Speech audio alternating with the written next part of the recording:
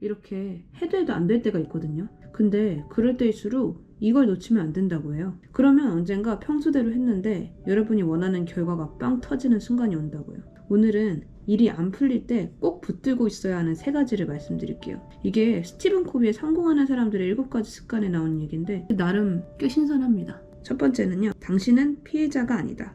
이게 무언가 바깥에서 자극이 있잖아요. 그러면 그 자극과 나의 반응 사이에는 선택할 수 있는 자유가 있다는 거예요. 예를 들어서 직장에서 나를 교묘하게 막 비꼬는 동료가 있어요. 야 뭐야 그거 후지네. 그러면 쟤 때문에 하루 종일 기분 쳤어. 이거는 내가 상대에게 종속되는 거잖아요. 근데 그러지 말고 그래도 그냥 내 일을 하는 거예요. 기분이 영향을 받지 않아.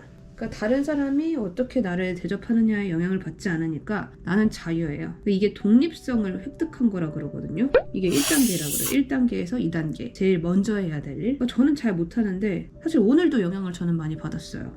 근데 이거 잘하는 분들이 분명히 계시더라고요. 마음이 강한 분들이 이런 걸 참 잘해요. 이런 말이 나오거든요. 삶이 주위의 상황에 따라 좌우된다면 그 이유는 우리가 그것들에게 우리를 지배할 수 있는 권한을 주었기 때문이다. 우리는 피해자인 척하는 경향이 있다. 그리고 조심하지 않으면 어느 틈에 슬그머니 외부의 힘, 즉 부모, 배우자, 상사, 날씨, 정부, 환경 누군지는 몰라도 그 사람을 탓하기 시작할 것이다. 현실에서 우리는 피해자가 아니라 행위자다. 이거 쉽지 않은데? 이제 그 사람의 영향력에서 한번 벗어나 보세요. 여기까지가 이 2단계 독립성을 얻는 과정이거든요. 근데 우리는 무조건 이 3단계 상호 의존으로 가야 한대요. 근데 대부분의 사람들이 이 3단계 상호 의존으로 가지 못하는 이유는 사실은 이 1단계 의존성에 머물러 있기 때문이라는 거죠. 이런 말이 나와요. 우리의 대부분은 의존적 단계를 벗어나지 못하고 다른 사람들로 하여금 우리를 통제하고 조종하도록 내버려둔다. 의존성은 다른 사람들의 문제와 약점으로 인해 자신의 감정이 손상받고 사람들로부터 자신이 희생당한다는 느낌을 갖는다. 그런 느낌이 드니까 보통 손절을 선택하는 거죠. 그런데 여기 약간 의외의 얘기가 나와요. 독립적 단계의 사람들은 개인적으로는 훌륭한 성과를 내는 생산자일지 모르지만 훌륭한 리더나 팀 플레이어는 되지 못한다.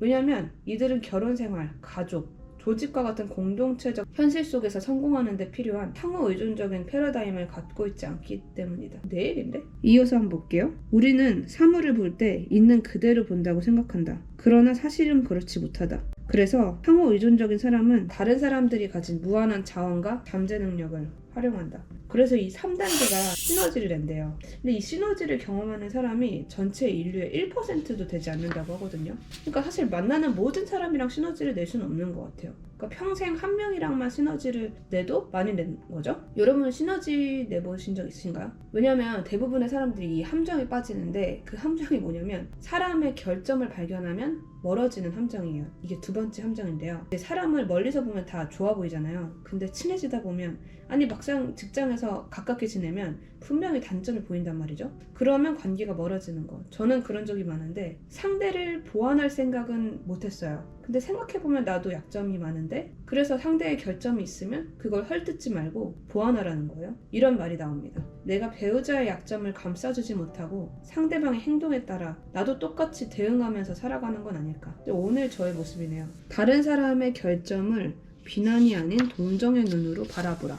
가만히 보면 사실 내 배우자도 내 약점을 감싸주고 있다는 거죠. 3번째는 관계는 장기 투자라는 건데요. 이런 말이 나와요. 응급처치식 인간관계란 존재하지 않는다. 그 대신 인간관계의 정립과 회복에는 장기간의 투자가 필요하다. 그러니까 평소에 잘해야 해. 저번에 제 직장 동료 중에 중학생 딸이 있는데 바쁘니까 아기를 부모님이 키워주시는 거예요. 근데 사춘기가 되니까 멀어지는 것 같다고. 그래서 매주 주말에 딸이 좋아하는 영화를 보러 가시더라고요. 이런 게 장기 투자인 것 같아요. 우리가 은퇴한 다음에 갑자기 자녀에게 다가가려고 하면 갑자기 왜 이런단 말이죠? 그래서 평소에 잘하는 꿀팁이 여기 나오는데요. 상대가 중요하게 생각하는 것을 나도 그만큼 중요하게 생각해야 한다는 거예요. 저번에 어떤 분이 비행기를 좋아하는 애한테 비행기 잡지 사다 주고 그런 거 본 적 있어요. 여러분은 누구와의 관계에서 장기 투자를 하고 계신가요? 근데 잘 안 되네요 오늘. 일단 나가서 좀 걸어야겠어요. 그럼 오늘도 힘내세요.